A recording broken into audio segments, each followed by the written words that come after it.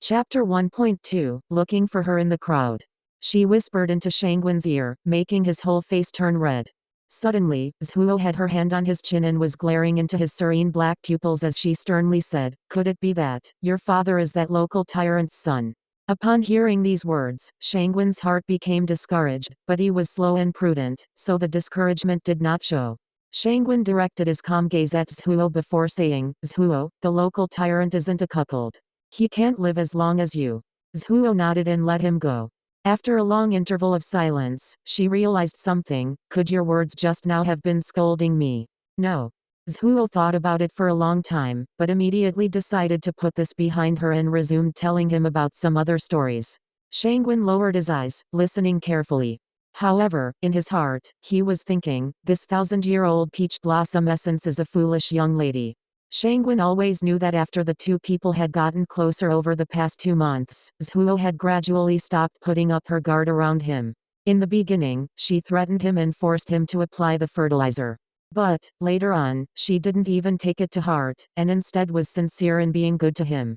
Sometimes, she would even find some silver and let him go to the tea stand outside of the 100-li slope by himself to buy him something to eat from the couple at the stand.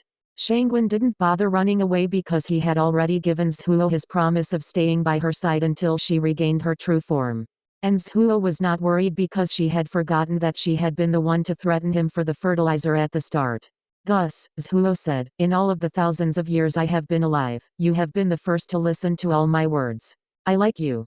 She was pure and straightforward, not trying to conceal it in the least. However, Shangguan could not be pure and straightforward, as he had the burden of carrying out vengeance on his family. His mind was deeply etched with the destruction of his sect. The impression of the word revenge had been branded deeply into his heart. Before the day when a soft shoot would grow from Zhuo's true form, she spent her time running around Shangguan in circles. Her focus was Shangguan's butt. She was looking at it with a hint of tenderness, while also snickering for the longest time. It was almost as if she wished she could cut it off and place it in front of her so that she could light incense sticks and pray to it. Zhuo's infectious delight even had Shangguan smiling. Sometime in the evening, an uninvited guest disrupted the happy atmosphere. It was a crow demon of an unknown origin who had come to eat Zhuo. That demon was very weak. It still could not transform into a human form. Zhuo had half of her demonic power, so she took care of it with 2 punches, but her power was insufficient to drive it out. Even though Zhuo herself was of no use, it was a fact that her internal core had been cultivating for 1,000 years. This crow had come for her internal core, and its mouth was focused on prodding at Zhuo's abdomen, thus resulting in a clumsy battle of irreconcilable adversaries between a human and a crow. Shangguan was observing the battle with anxiety from the side, but as a little door guard of a small Jianghu sect with a lack of experience in martial arts or essence, how could he take part in the fight between 2 demons? He picked up 3 rocks and threw them over. 2 of those rocks landed on Zhuo's head. Zhuo was so angry that she began to rain curses at him. "Go away. You're ruining everything." Shangguan's mind went blank, but he really did break into a run and ran away. Under the gradually darkening sky, his figure disappeared at just a moment's notice. Zhuo was dumbfounded when she saw that he had left. The crow demon chose that brief moment of her shock as an opportunity to peck at her stomach, and thus tore off a chunk of her flesh. Zhuo was in so much pain that cold sweat began to form. Her body swayed before she fell to the ground. The crow immediately threw itself at her. Zhuo tried her best to protect herself. If Shangguan Qihua had wanted to run away, he would have done so a long time ago. This time he ran away, going for the black dog that the couple at the tea stand owned. He had been longing for the meat of that black dog for a while now, but since the couple was nice, he had been restraining himself. But today, he was euphoric over the fact that he hadn't killed it off long ago. After killing the dog, he took a basin of dog blood back with him. However, after he had happened upon seeing Zhuo getting punctured by the crow, he only felt his head begin to ring. In a flash, he was incapable of enduring any further, so he rushed up to the crow, and kicked it aside. With his other hand, he splattered the dog blood all over it. That crow became startled due to this unforeseen event. When it saw that its feathers had become sticky and greasy, it quickly reacted by yelling furiously and shaking the feathers on its body. Then it rushed straight for Shangguan. Shangguan could only remember seeing the crow's beak enter his cardiac atrium, before fresh blood sprayed out, and pain seared through his entire body. He thought he'd be dead for sure. His eyes soon went black as his consciousness faded away. When he woke up again, he could see ᎢℋᎪ sitting next to him with a pale white face. When she saw that he had opened his eyes, a tear fell onto his face. ᎢℋᎪ hesitated before saying, "I thought you didn't want me anymore. I went to retrieve the black dog's blood." ᎢℋᎪ shook her head, which made Shangguan think that she didn't believe him. This caused his heart to palpitate with worry, but his dumb mouth did not know how he could persuade her to think otherwise. ᎢℋᎪ's tears frantically fell, as she complained to him between her sobs, "I thought you left, I thought you left." Shangguan's face went red from anxiety and he immediately got up to help ᎢℋᎪ wipe away her tears. After a long while, he said, "ᎢℋᎪ, don't cry, I won't leave you." After he said this, he continued to repeat those words. Shangguan Qihua. ᎢℋᎪ reached out both of her hands to hug his neck, as she choked with sobs while repeating his name, Shangguan Qihua, Shangguan Qihua. From under the peach blossom tree, Shangguan could hear her softly calling out his name. His heart had been crushed into soft pieces, each of which ached with a sense of limpness and sorrow, coming together to form one jagged piece. His heart throbbed as it extruded blood that warmed his entire body. The clarity and brightness of today reminded him of the atmosphere of that day. Today, the scenery hadn't changed too much, besides a cut-off piece of wood. His heart was contracting in bursts. Shangguan Qihua had to take plenty of deep breaths to calm himself down.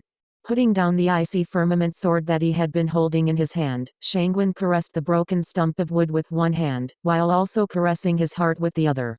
What happened with the crow had been extremely strange. Shangguan could clearly remember the beak thrusting into his chest, but why was it that nothing had happened to him? ᎢℋᎪ said that he had remembered incorrectly, but how could his mind have made up that part about the split hole in his clothes as well as the blood that had splattered all over the ground? It had also been that from that day forth, his body seemed to have gained new and unfathomable strength. He was so powerful that he had a hard time imagining the full extent of his strength. It felt like his internal power had been increased by a total of 10 years all within the span of a nighttime, or perhaps it had increased by even more than just that. Up until now, he had not been able to make heads or tails of this strange phenomenon. On the ground, a blue snake was rapidly slithering away. Shangguan glanced in its direction, his pupils slightly flickering in the sunshine. That was to be his next destination, the underground palace of the ancient nation of the Chen kingdom. The reason he knew of this place was that back then, after Shangguan had nurtured the peach blossom tree back to health, ᎢℋᎪ had recovered a lot. Her desire for fun had appeared once again, and she had asked if there was anything in particular that he wanted to do.